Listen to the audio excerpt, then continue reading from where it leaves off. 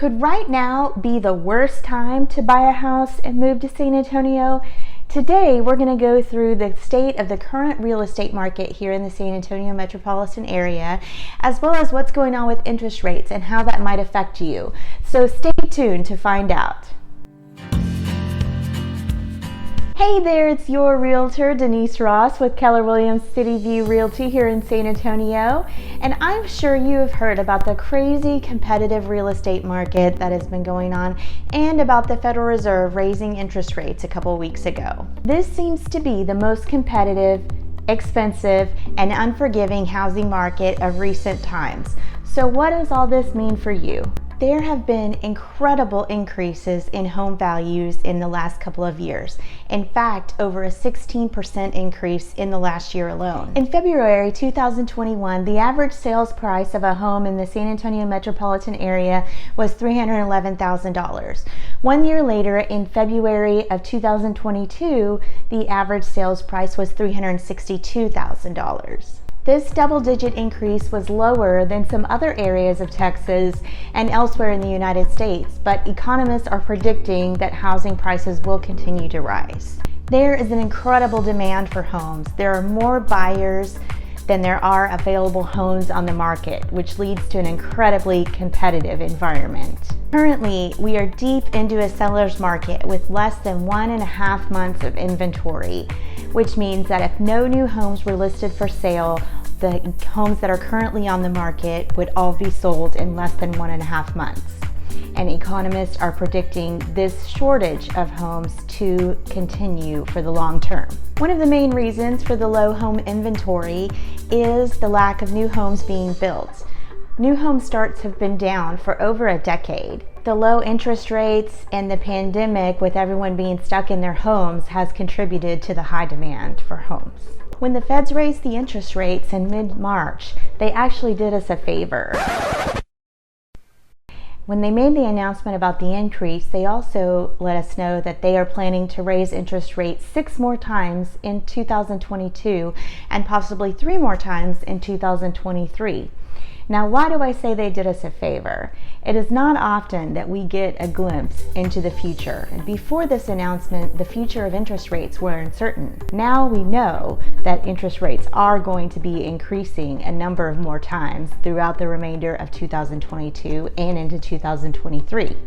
The current interest rates are somewhere around 4.5%. Now, this is not exact because it's going to be dependent upon what kind of loan you're getting exactly, your credit score, your debt to income ratio, etc. Now, I always advise my clients to go with a local lender for a multitude of reasons, but if you're browsing around on the internet and you see somebody that has a super low interest rate, I just want to caution you with this because a lot of times they'll suck you in with that low interest rate and then you wind up paying for it on the back end in the form of origination fees and closing costs. With new construction remains really popular, a lot of people wanting to build, and we are seeing that activity with the builders start pick up a little bit from where it was. I have seen the appreciation of prices work in favor of home buyers who have, for example, put down a deposit on dirt and it takes 6 to 9 months for the home to be built. Let's say at the time that you made your contract, you bought the home for $550,000. Then by the time it was finished being built, homes like it in the same neighborhood were selling for $625,000 or $650,000. That is nice for the home buyer because you've already got equity, all of that equity baked into your property the minute that you purchase it. However, keep in mind that your interest rate doesn't get locked in when you sign the contract. It doesn't get locked in until you get closer to completion and closing. If you're waiting for a better or less expensive time to buy a home, I would suggest that you reconsider. Well, nobody has a crystal ball to be able to predict what will happen with the market in the future. But say, for example, you decided you wanted to just wait and see and rent for 6 to 12 months and see what happens. At that point, you're likely going to be battling the higher prices since the market's appreciated, as well as higher interest rates, which will make it not only riskier, but also likely more expensive. Let's look at an example. Say you're looking at a home for $350,000 on a 30-year fixed mortgage with a 20% down payment at 4.5%. 4% interest. Now, there are lots of different types of loans and different down payments, as low as 3.5% or even 0 down for a VA loan.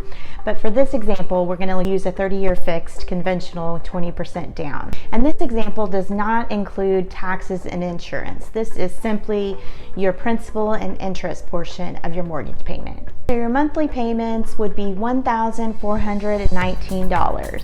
So now say you wait a year and interest rates have hypothetically increased 1 full point, so they're now 5.5%. Your monthly payment would be $1,590. That's approximately $171 more per month for your mortgage payment, but you have to think that the $350,000 houses that you were looking at have now gone up due to appreciation. So the homes that you're looking at for $350,000 are not of the same caliber. And with the rising interest rate, that affects the debt to income ratio that the lender uses when doing your approval, so you may not be approved for the same loan amount. Anyway, all that to say, in my opinion, it is the least expensive time to purchase a home with taking all of those things into consideration. So the market has been very competitive, and even with the rise in interest rates that we have seen, we aren't seeing things slow down very much.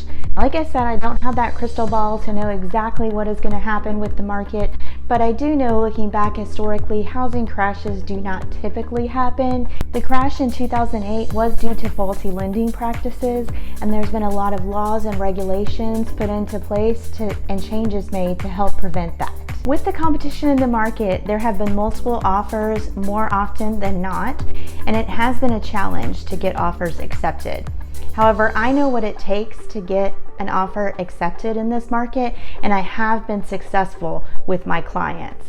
The good news is that the Fed's announcement about raising the interest rates gave you the luxury of time to make some crucial decisions about your housing needs and possibly save you ridiculous amounts of interest. We've enjoyed the record low interest rates, and rates are still not that high by historical standards, looking back 20, 30, 40 years. There's really no best or worst time to buy, and at the end of the day, it's likely your own personal situation as much as these external factors that should influence whether or not you buy or sell a home or move. Having these conversations about what it's like in the current market is what my job as a realtor is, to provide you direction, guidance, and then results if you decide to become my client. If you have questions about the current market or about the area in general, or would like to get the conversation started about buying or selling a home in San Antonio, feel free to reach out. My contact information is in the description box down below. If you found this information helpful, please subscribe and hit the bell so you're notified every week when we post a new video. And if you liked this video, you might want to check out this one next. Thanks so much for watching.